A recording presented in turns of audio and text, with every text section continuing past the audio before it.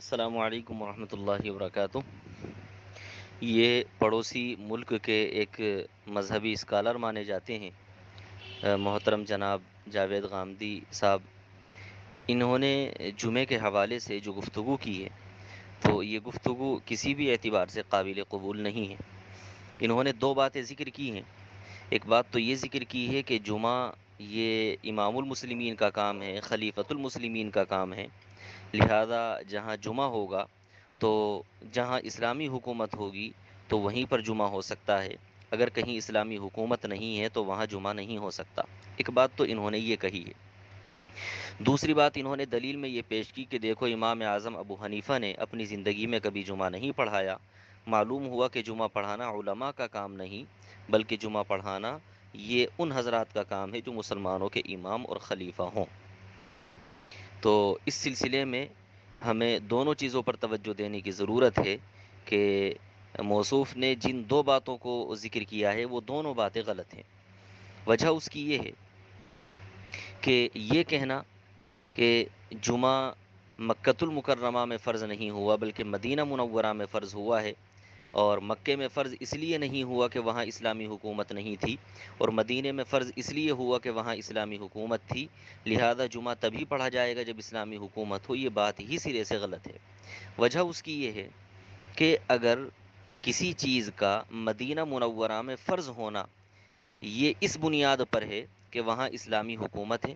اور مکے میں کوئی چیز فرض اس لیے نہیں ہوئی کہ وہاں اسلامی حکومت نہیں تھی،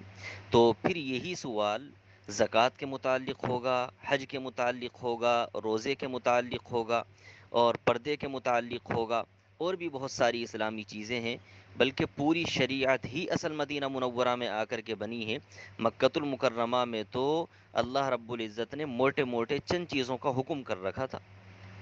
اب مکے میں حج بھی فرض نہیں ہوا، مکے میں زکوٰۃ بھی فرض نہیں ہوئی، مکے میں روزے بھی اس انداز سے فرض نہیں کیے گئے، تو کیا اگر کوئی شخص زکوٰۃ چھوڑنا چاہے، کوئی شخص حج چھوڑنا چاہے، کوئی شخص روزے چھوڑنا چاہے، کوئی شخص پردے کا اہتمام نہ کرے اور یوں کہے کہ ان چیزوں کا حکم اللہ نے مکے میں نہیں دیا تھا اس لیے کہ وہاں اسلامی حکومت نہیں تھی؟ معلوم ہوا کہ جہاں اسلامی حکومت نہ ہو تو ان لوگوں پر نہ روزہ فرض ہے، نہ زکوٰۃ فرض ہے، نہ حج فرض ہے، نہ سود سے بچنا فرض ہے، نہ پردہ ان کے لیے واجب ہے۔ یہ ساری چیزیں تو مدینے میں ہوئی ہیں، اور مدینے میں اسلامی حکومت تھی، لہذا بندہ زکوٰۃ تبھی ادا کرے گا جب اسلامی حکومت ہو، حج تبھی کرے گا جب اسلامی حکومت ہو، روزہ تبھی رکھے گا جب اسلامی حکومت ہو، شراب سے تبھی بچے گا جب اسلامی حکومت ہو، وغیرہ وغیرہ۔ اس طرح کی تمام چیزیں اگر کوئی شخص بیان کرنے لگے تو اس کا کیا جواب ہوگا؟ اس لیے یہ جو جاوید صاحب گفتگو فرما رہے ہیں کہ مدینہ منورہ میں جمعہ فرض ہوا اس لیے کہ اسلامی حکومت تھی، مکے میں فرض نہیں ہوا اس لیے کہ اسلامی حکومت نہیں تھی، یہ بات ہی سرے سے غلط ہے۔ مکے میں تو شریعت بنی ہی نہیں ہے، شریعت تو اصل آ کر کے مدینہ منورہ میں بنی ہے، ایک بات۔ دوسری بات یہ کہ یہ کہنا کہ حضور علیہ الصلاۃ والسلام جب مدینہ تشریف لائے ہیں تبھی جمعہ فرض ہوا ہے، فرضیت اپنی جگہ پر، لیکن علماء نے لکھا ہے، ملا علی قاری نے عمدۃ القاری میں، حافظ ابن رجب حنبلی نے شرح البخاری میں لکھا ہے کہ نبی اکرم صلی اللہ علیہ وسلم کے مکۃ المکرمہ میں موجودگی کے وقت ادھر حضور مکے میں ہیں اور ادھر مدینہ منورہ میں چند صحابہ ایک باغ میں جمع ہوئے ہیں اور انہوں نے جمعے کی نماز پڑھی ہے، اور ان کی امامت کی ہے حضرت اسعد بن زرارہ رضی اللہ تعالی عنہ نے۔ لہٰذا یہ کہنا کہ جمعہ تبھی ہوا ہے جب حضور تشریف لائے ہیں، اس سے پہلے جمعہ نہیں ہوا، یہ بات ہی غلط ہے۔ اور دوسری بات یہ کہ امام اعظم ابو حنیفہ علیہ الرحمہ نے جمعہ نہیں پڑھایا، تو حضرت امام صاحب جمعہ کیوں پڑھاتے؟ جمعہ پڑھانا تو اصل امام المسلمین خلیفۃ المسلمین کی ذمہ داری ہے، جو مسلمانوں کا سب سے بڑا امام ہے، سب سے بڑا خلیفہ ہے، حکومت وقت جس کے قبضے میں ہے، اور جس کو امیر المؤمنین بولا جاتا ہے، تو ظاہر ہے کہ وہ اپنے علم اور عمل کے اعتبار سے فائق مانا جاتا ہے، تو اسی کی امامت کا اس کو بندے کو حق حاصل ہے۔ اب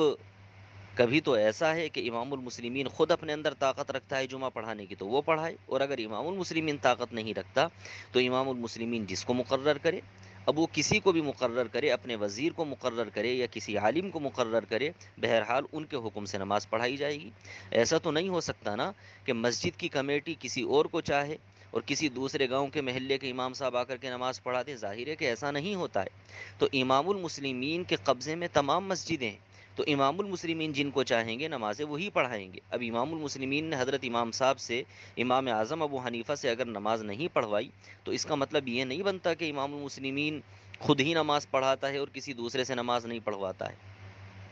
ہم تو تاریخ میں اس طرح کی باتیں ملتی ہیں کہ جس طریقے سے اسلامی حکومت کا زمانہ آگے بڑھتا چلا گیا ہے اور امام المسلمین دین سے دور ہوتا چلا گیا، خلیفۃ المسلمین نے دینداری ختم ہو گئی، تو پھر خلیفۃ المسلمین نے خود مسلح پر ایسے لوگوں کو کھڑا کیا ہے جو اپنے وقت کے علماء ہیں۔